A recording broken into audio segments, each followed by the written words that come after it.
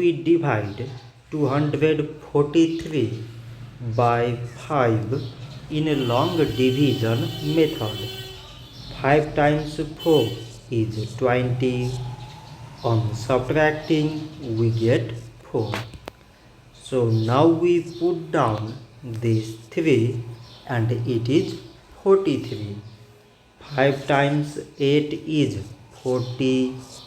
On subtracting, we get 3. So now we have no any other number to put it down. So we take here decimal, so that we put 0. So it is 30 and 5 times 6 is 30. On subtracting, we get 0. So 243 divided by 5 is 48.6. So this much for today and thanks for watching.